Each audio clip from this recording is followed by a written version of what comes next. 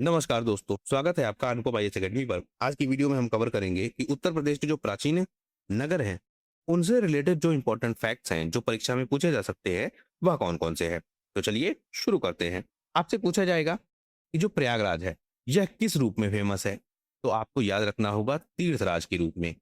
या आपसे यह पूछेगा कि तीर्थराज के रूप में कौन-सा जिला फेमस है? तो वह कौन-सा है? प्रयागराज।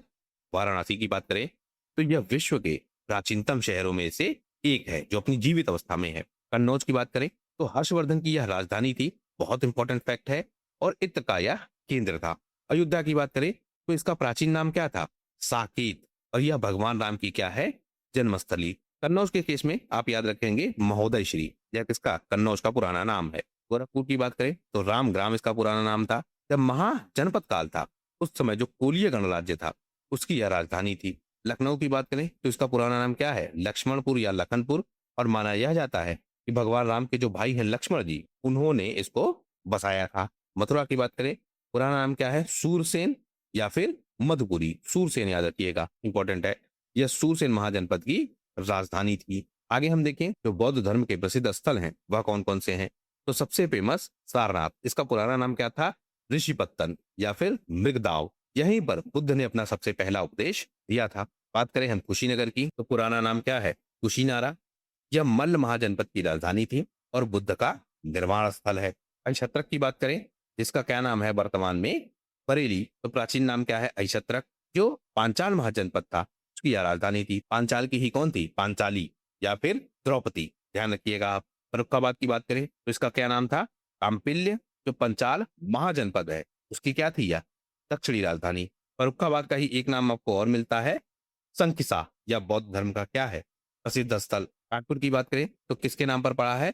कानपुर के नाम पर इसका नाम पड़ा है, कृष्ण के नाम पर, यानी कानपुर से कानपुर बन गया। झांसी बलवंत नगर है। सोनभद्र, इसका नाम पड़ा है ऋषिदत्त के नाम पर, और इसका प्राचीन नाम क्या था? रेणुकूट। कौशाम्बी की बात करें तो वत्स महाजनपद की यह राजधानी थी। बागपत की बात करें तो इसको कहते थे वारणावत। यहीं पर जो लाक्षागृह वाली घटना है महाभारत की, वह हुई थी। तो यह भी क्या है? Important facts.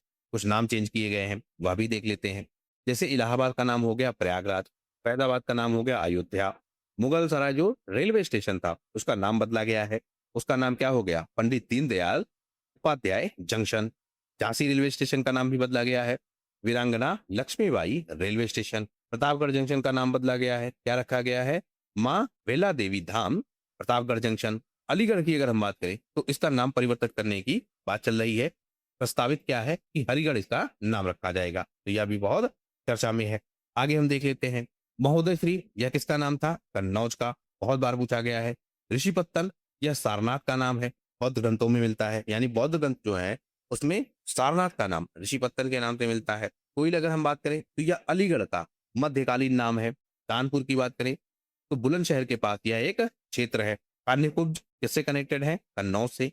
साकेत कनेक्टेड है अयोध्या से। वाराणसी कनेक्टेड है काशी से। एक चीज आप और ध्यान रखिएगा, जो वरुणा और असी नदी है, उसी के मध्य में क्या है?